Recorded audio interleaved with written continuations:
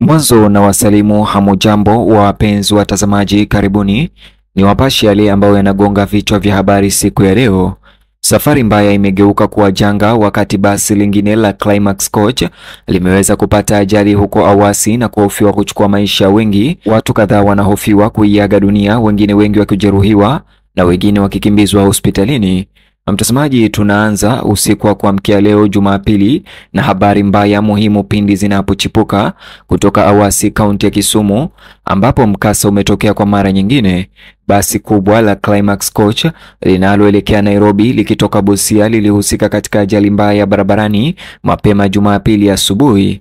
Basi hilo lililokuwa limejaa abiria lilitoka kwenye lami na kutumbukia kwenye mtaro kando ya barabara katika eneo lenye baridi ambalo linajulikana sana.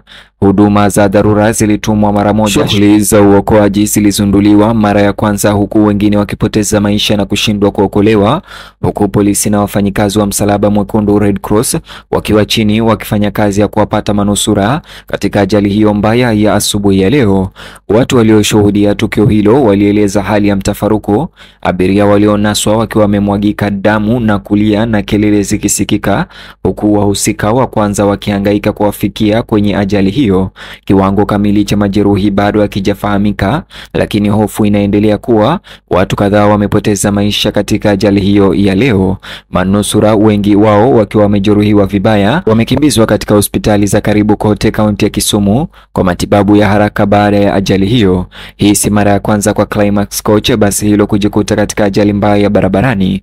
Kwa kweli, Awasi imeweza kuona ajali nyingi mbaya zinazohusisha mabasi ya kampuni hii katika mwaka uliopita pekee. Wanaharakati wa usalama barabarani wanadai majibu na haki, huku polisi wakianza kuchunguza nini kimeweza kusababisha ajali hiyo na kuweza kusababisha kuchukua maisha ya watu wengi. Kulingana na ripoti hiyo ambayo iliweza kuchapishwa na kusambazwa na gazeti la kuaminika la Kenyans.co.ke kupitia mtandao wa kijamii wa X, ilisema several feared dead after Climax bus crashes along Kisumu-Nairobi highway. Several passengers are feared to have lost their lives and others injured after a Climax coach they were traveling in got involved in a road mishap on Sunday morning. The Nairobi-bound bus was ferrying travelers from Busia when it got involved in the incident at Awasi, an area synonymous with other road mishaps. Chama cha madereva cha magari nchini Kenya kimetoa taarifa kali kulaani kampuni hiyo ya mabasi kwa kile inachokiita mfano wa kupuuzwa na usimamizi mbaya haswa. Mashirika ya utetezi yanadai kuwa Climax Sacco imeshindwa kushughulikia masuala ya mara kwa mara kuhusu viwango vyao vya uendeshaji. Kulingana na jarida hilo, the Motorist Association has condemned the management of the buses following the incident, stating that despite efforts and concerns about the safety of the buses, no action has been taken yet. Complaints about the Climax bus and many road crashes have yet to reach their bus drivers and their managers, the Motorist Association stated. Kati ya masuala haya ambayo yameweza kuzungumziwa na chama hicho cha madereva ni uchovu wa madereva. Ripoti zinaonyesha kwamba mabasi ya masafa marefu yanayoendeshwa na Climax Coach mara nyingi huendeshwa na dereva mmoja, hata kwenye njia zinazochukua zaidi ya saa 10. Madereva wanadaiwa kurudi barabarani wakiwa wamepumzika kidogo tu, hivyo basi kuongeza uwezekano wa kushindwa katika maamuzi ya udhibiti. Sheria za Kenya chini ya sheria ya trafiki ya sura 403 na kanuni za NTSA zinahitaji kwamba hakuna gari la utumishi wa umma la masafa marefu linafaa kufanya kazi kwa zaidi ya saa 8 mfululizo kwa kila dereva. Sheria pia inaamuru mifumo ya madereva wawili kwa njia zilizopanuliwa, sheria ambazo wakosoaji wanasema zinapuuzwa waziwazi. Wacha tuangalie kwa karibu matukio ya hivi karibuni yanayohusu Climax Coach. Mojawapo ni wiki moja tu iliyopita, basi lingine la Climax lilipinduka eneo la Kimende huko Limuru, kando ya barabara kuu ya Nairobi Nakuru. Zaidi ya abiria 20 walipata majeraha. Walioshuhudia wanadai kuwa dereva alikuwa akiendesha kwa mwendo wa kasi na abiria walikuwa wametoa wasiwasi ambao haukuweza kuzingatiwa, na baadaye gari hilo likaweza kupata ajali. Hata hivyo, wiki mbili kabla, basi lingine la Climax Sacco liligongana uso kwa uso na lori la masafa marefu kwenye barabara barabara kuu ya Nakuru Eldoret. Kwa muujiza hakukuwa na vifo, lakini abiria kadhaa waliachwa wakiwa wamejeruhiwa na kukimbizwa hospitalini. Mnamo Februari, mkasa ulitokea tena katika eneo lile Awasi, kaunti ya Kisumu, ambapo basi la Climax lililokuwa pia likisafiri kutoka Busia kwenda Nairobi lilipoteza udhibiti, likabingiria barabarani na kuwaacha wengi wakiwa wamejeruhiwa.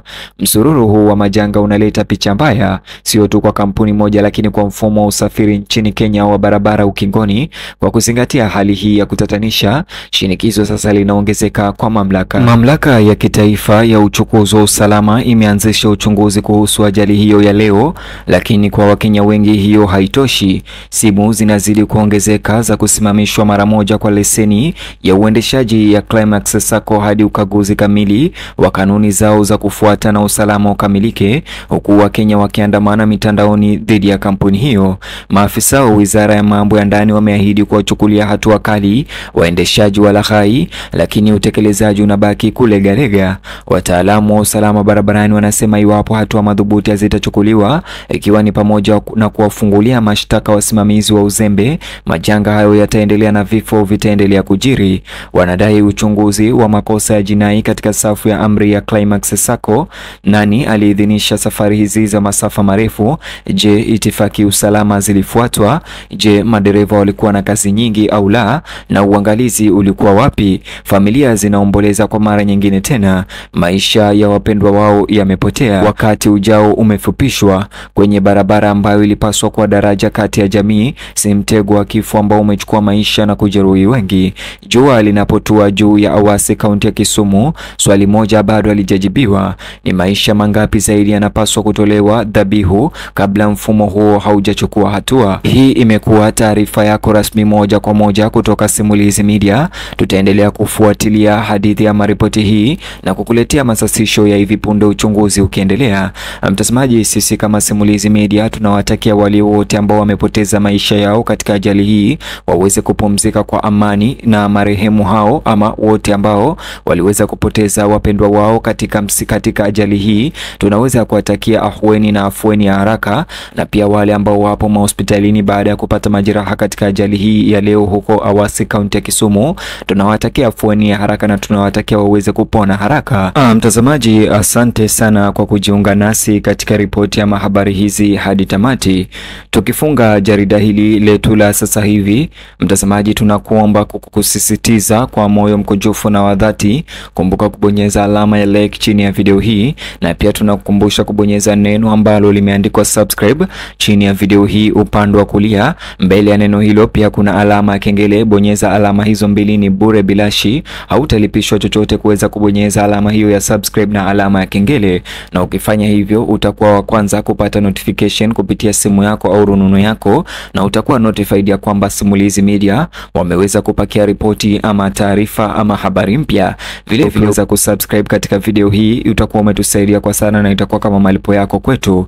Mtazamaji, sasa hivi tunafunga ripoti hizi. Baada ya mapumziko mafupi, tutaweza kurejea tena na taarifa zaidi kuhusiana na masuala ambayo yana trend hapa nchini Kenya na masuala ambayo yanachipuka katika ulingo wa kisiasa.